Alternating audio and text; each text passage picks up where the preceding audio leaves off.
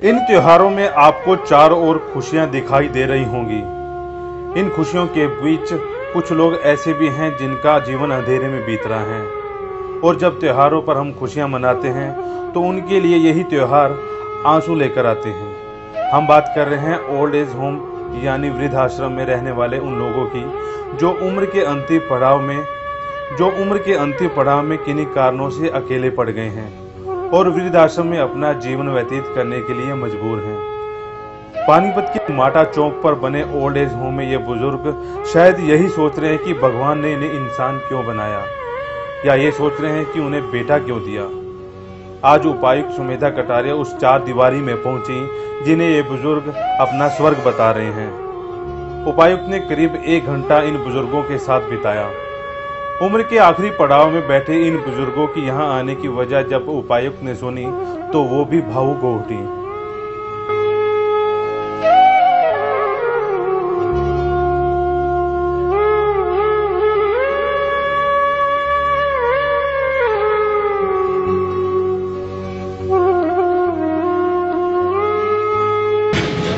Emotional तो कैसे नहीं होगा,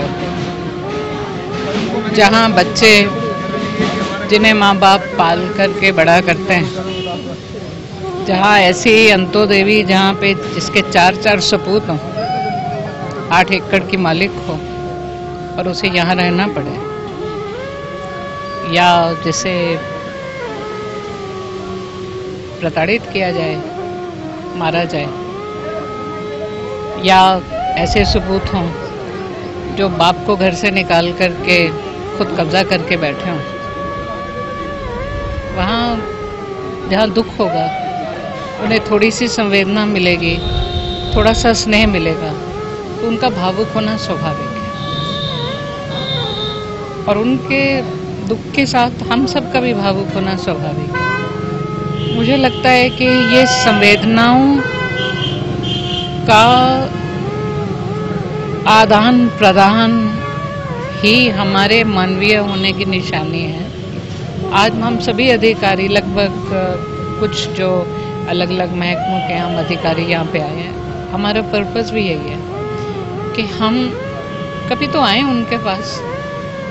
दुख बांटने से कटता है, दुख कहने से कम होता है, तो हम इतना तो कर ही सकते हैं। मैंने कितना को टाइम लगाया, आधा घंटा, पौना घंटा, तो ये हम सब क्यों नहीं कर सकते। कभी भी आए अपने बच्चों को लेकर के आए, अपने बच्चों में भी वो संवेदना जगाएं। हम सब ने बड़े होना है, हम सब ने बड़े भी होना है, हम सब ने वृद्ध भी होना है, हम सबको सहारे की भी ज़रूरत पड़ने वाली है। इस संवेदना को जागृत करने के लिए ये बहुत ज़रूरी है कि हम आज को ही सब कुछ मान करके ना चले, हम भी भविष्य की ओर ताकें, और हमारे अपने बच्चे भी इतने संवेदनशील जरूर हों कि वो भी कल को वृद्ध होंगे। ये एक सेंसिटाइजेशन सबकी ज़रूरी है। मुझे बड़ी खुशी है यहाँ रोटरी क्लब जिस समर्पण भाव से इस रैन बसेरा को चला रही है, रोटरी सेंट्रल, जिस तरह से यहाँ और लोग यहाँ आकर के, पीछे मैंने एक पोस्ट भी लिखी थी, वो कहती हैं कि स्वर्ग में आ गई मैं, यानी वो यहाँ स्वर्ग महसूस कर रहे हैं। यहाँ एक साधारण से रैन बसेरे में अगर वो स्वर्ग महसूस कर रहे हैं, तो हम तो कितने स्वर्गों में रहते हैं। अपने घर के छत के नीचे रहते हैं तो हम तो बहुत स्वर्ग में रहते हैं, हम तो खुश नहीं रहते, फिर भी ये इस छोटे से स्वर्ग में खुश हैं।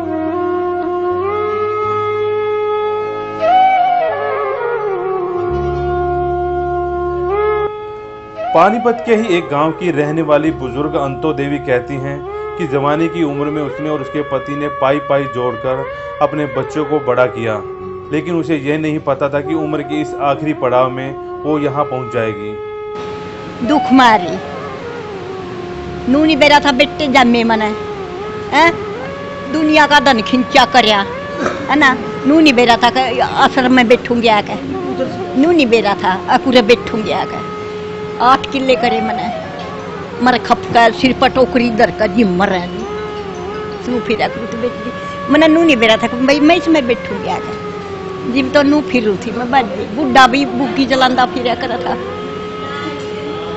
बुढ़ा भी बाजा फिरा था मैं भी बच्चे पाले भी ब्याहे भी जजाद इल्ली मकान है 5 तो मकान है 8 किले है 4 पेडे अम्बा के ला रखे मन उठली बब्बो का इसे शाम लाग रहे कि मेरी डेरी नहीं लिकट सका मैं अपने बांडे डेरी काट है मेरी नहीं लिकट सकती मैं भी तो खाऊं किसी में बेच कर मैंने कौन दे देगा बताइए या हो रही मेरी गलो वो बेटे ने काट दिया बार वो जाना मैं क्यों दूँ वो जाना मैं क्यों दूँ नू हो रही मैं क्यों अपने पास लाऊं वो जाना अपने पास मैं क्यों हो रही और खा ले मान खा ले फिर भी अपने बने कोई नहीं क्या बच्चे आपके क्या रहा कोई नहीं रखता रखना तो राख लेंगे रुपये दे दे चौखे है जिब राख ला वो फिर धक्के देवा तो आपके नाम कुछ भी नहीं है कुछ नहीं मेरे नाम उनके नाम कर दिए सारे बुढ़ा ओड से जिब करे थे जी वो रोड़ा सा होया था भाई 8 किले जिम्मेदार के रहने नहीं जी वो मन ने बेरा था इस बात का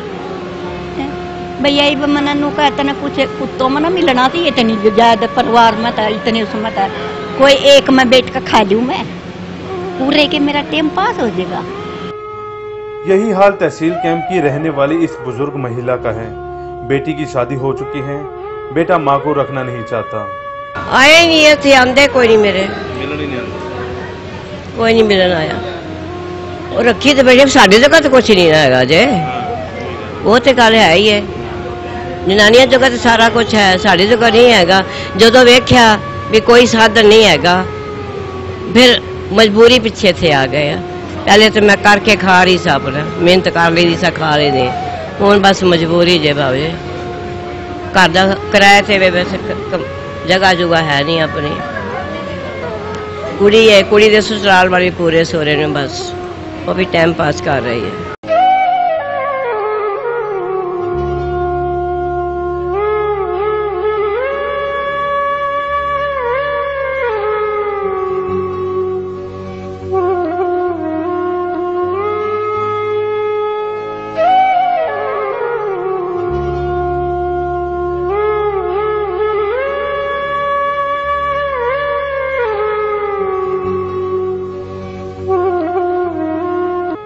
अब इस बुजुर्ग की भी सुनिए।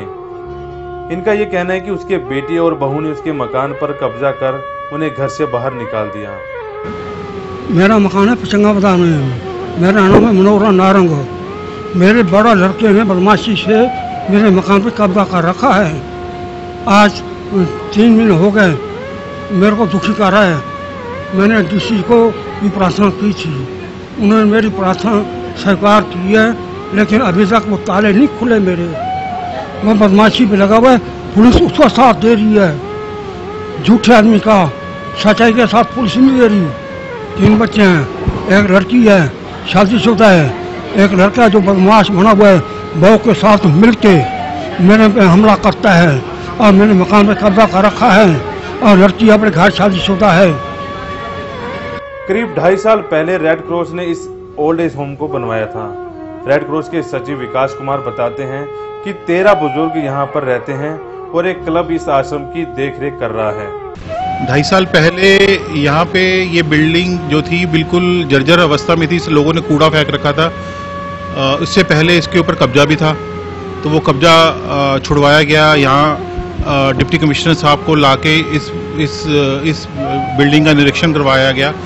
तो निरीक्षण करने के उपरांत उनको ये सुझाव दिया गया कि यहाँ पे एक ओल्ड एज होम, जो कि पानीपत की एक बहुत ज़्यादा बड़ी ज़रूरत है, ओल्ड एज होम का होना बहुत आवश्यक है। तो उन्होंने इस बात को गंभीरता से लेते हुए इस बिल्डिंग को यही कहा कि इस बिल्डिंग को बनवा के हम ओल्ड एज होम के लिए यूज़ करेंगे।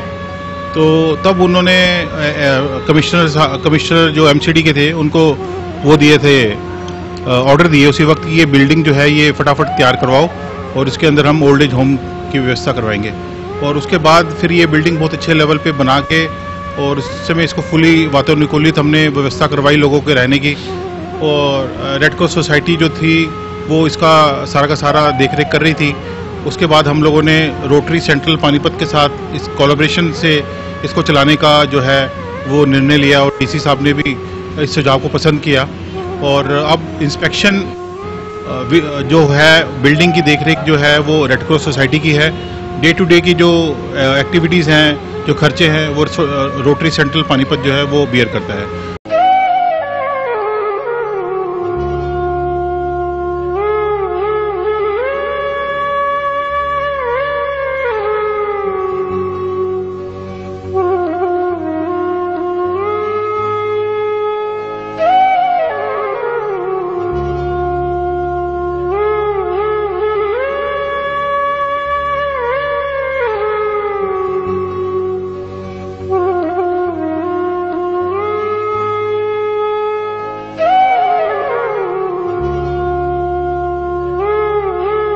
ये जो बुजुर्ग यहाँ पे जो आते हैं जिनका कोई सहारा नहीं होता, जिनका घर भी नहीं होता, या बच्चे जिनको वो घर से निकाल देते हैं, या जिनकी स्थिति खराब है वो रोटी खिलाने लायक भी नहीं होते, ये बच्चों को बुजुर्गों को बाहर फेंक आते हैं। कोई ना कोई मालक का सहारा बन के इनको यहाँ छोड़ के जाते हैं। यहाँ फिर इनको खाने का, पीने का, रहने का फ्री, कोई पैसा नहीं, कोई चार्ज नहीं, हर चीज़ की सुविधा दी जाती है। कोई दुख सुख हो, कुछ भी हो तो इनको दवाई ट्रीटमेंट सारा कुछ मैं खुद आप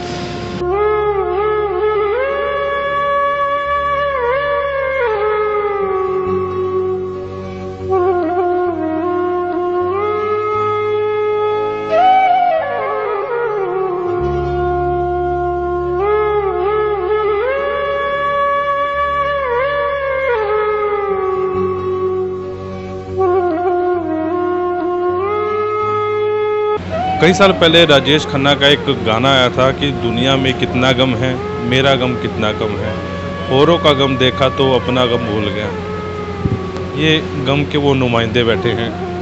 1 घंटा प्रशासन आ रहा, डीसी महोदय आ रही, हम लोग आ रहे हैं। इमोशनल सा एक सीन यहाँ पर हो रहा था।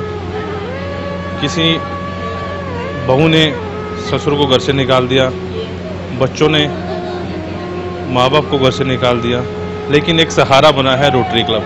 रोटरी क्लब की सहायता से ये वृद्धाश्रम यहाँ चल रहा है। कुछ माँ बाप हमारे को यहाँ ऐसे भी मिले, घर पर नहीं जाना चाहते। उनका जब उनसे बात की जा रही है, उनका गला रुंध जाता है कि बच्चे इसलिए पैदा किए थे कि लास्ट समय में आकर वो इस वृद्धाश्रम में रहे। कुछ बुजुर्ग महिलाएं ऐसी मिली, वो अपने घर पर नहीं जाना चाहती। इसी 4 दीवारी को वो स्वर्ग बता रही हैं कि हमारे लिए स्वर्ग है। तो रिपोर्टिंग करते हुए गला रूंध सा जा रहा है कि बच्चे ऐसे भी होते हैं जिन बच्चों को सिखाया, पढ़ाया, लिखाया, उन बच्चों ने इन माँ बाप को यहाँ छोड़ दिया। तो बाकी एक इमोशनल 1 घंटा जो यहाँ रहा है, हर किसी की आंखें भी रूंध गई, पूरा प्रशासनिक अमला यहाँ था, गला भी रूंध गया। तो कुछ प्रशासन ने इनके लिए सोचा है 1 घंटे तक अगर डीसी महोदय आ रही हैं तो उनका भी यही मानना है कि इनके लिए कुछ करना पड़े। वॉइस ऑफ पानीपत के लिए कैमरामैन रविंद्र मल्होत्रा के साथ कुलवंत सिंह।